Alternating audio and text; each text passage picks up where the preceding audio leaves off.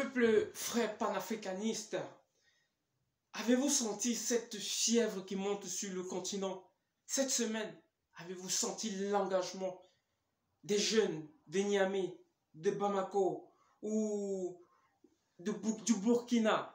Avez-vous vu cette contamination avec les chefs d'État?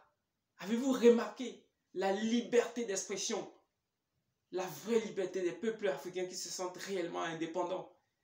Le président Faustin Archange Touadéra de la République centrafricaine, qui se sont déliés de parole et qui demandent, qui sommes les Occidentaux, de réparer le tort qu'ils ont fait subir à l'Afrique depuis la colonisation, depuis l'esclavage, et qui sont la cause de l'immigration, avec l'arrivée de on parle de plus de 100 000 migrants qui sont arrivés sur les côtes de Lampedusa.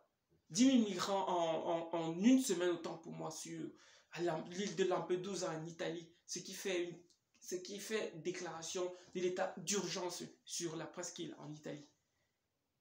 Et d'autre part, le président du Ghana qui ouvre la parole et demande, réclame ce que les peuples africains ont toujours réclamé depuis des temps: réparation pour la colonisation. Pire encore, réparation pour l'esclavage.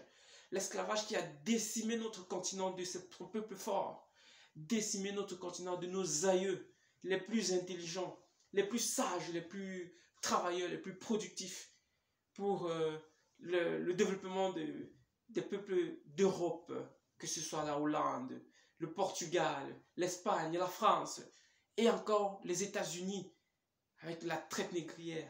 Pour une fois, Nana Akufo-Addo du Ghana demande réparation à la tribune des Nations Unies.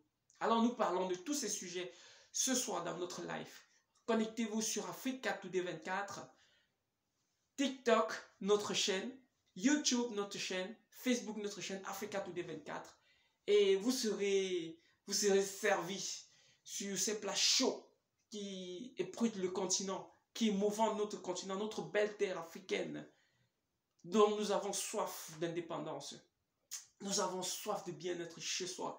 L'Afrique ne veut plus voir ses enfants mourir dans la Méditerranée, en route pour la recherche d'un soi-disant bonheur en Occident. Tout ceci, c'est du passé. Donc la jeunesse africaine désormais prend l'autonomie, la jeunesse africaine vient aux affaires, la jeunesse africaine veut se faire entendre. Nous parlerons de tous ces sujets qui, une fois de plus, les révolutions en marche ne devraient pas mettre l'obscurantisme sur les éléments leviers de développement. Que ce soit l'entrepreneuriat des jeunes, que ce soit l'implication des jeunes dans la gestion publique de nos États, et que ce soit l'engagement public, l'engagement politique de nos élites, de nos dirigeants pour le bien-être du continent. Depuis 1000 ans, nous saluons sur notre chaîne Africa Today 24. Nous sommes connectés à Bamako, nous sommes connectés à Niamey, nous sommes connectés à Lomé au Togo, nous sommes connectés à Yaoundé au Cameroun, nous sommes connectés à Dakar au Sénégal pour suivre notre actualité. Si tu n'es pas encore abonné à notre chaîne Africa Today 24, c'est le moment. Nous sommes de plus en plus nombreux à soutenir notre chaîne, notre combat. Africa Today 24, abonnez-vous, partagez. Nous sommes plus de 7000 déjà en un mois d'aventure.